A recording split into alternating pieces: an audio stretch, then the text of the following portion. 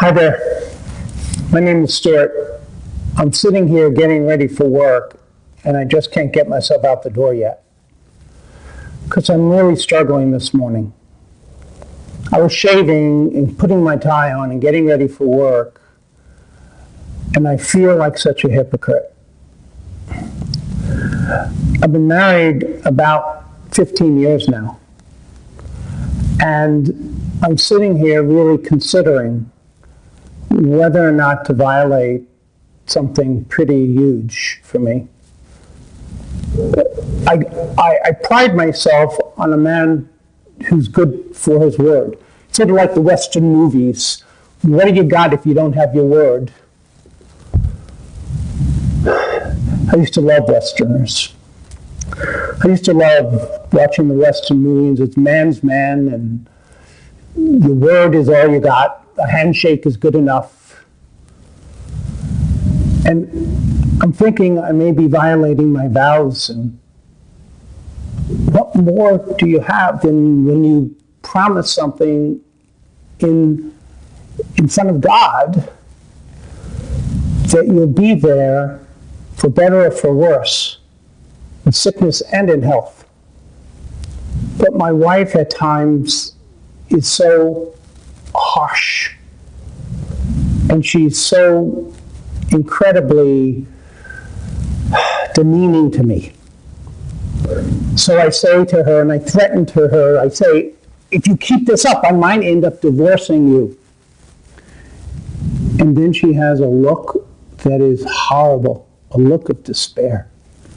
And it reminds me of something. It reminds me of when my father and mother ended up divorced. And I have that history, and that history really sits on my head and makes this so hard. I don't want to be another statistic.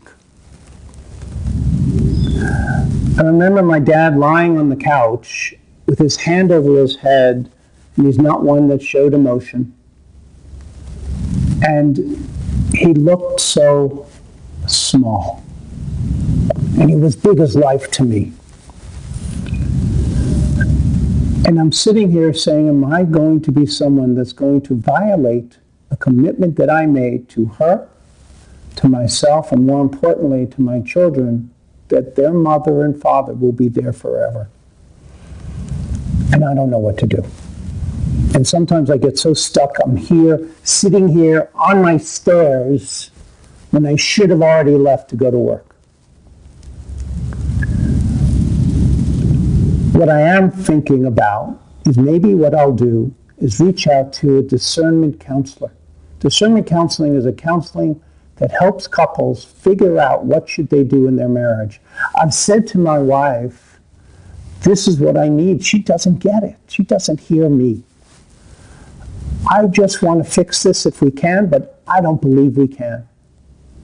So what I'm hopeful for is that the discernment counselor can put a structured plan in place that will allow both of us to understand what we each need in order to maintain my marriage.